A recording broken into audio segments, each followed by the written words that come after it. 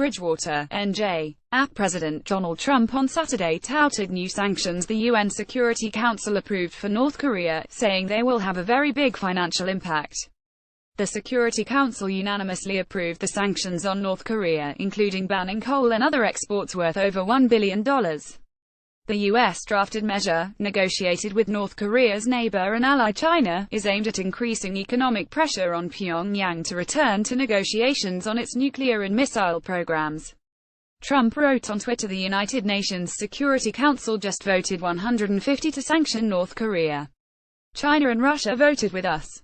Very big financial impact. A few hours later, White House Press Secretary Sarah Huckabee Sanders said in a statement that Trump commended the Security Council for its action and appreciated the cooperation of China and Russia in passing the resolution.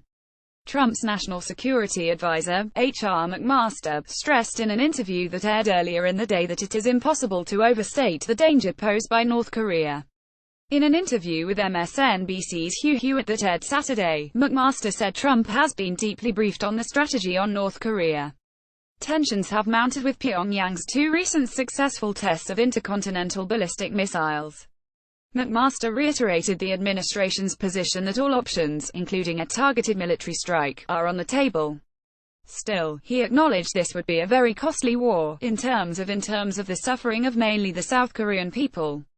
McMaster continued, so what we have to do is everything we can to pressure this regime, to pressure Kim Jong-un and those around him such that they conclude it is in their interest to denuclearize. The comments came as Secretary of State Rex Tillerson was in the Philippines for a regional summit expected to focus heavily on concerns with North Korea.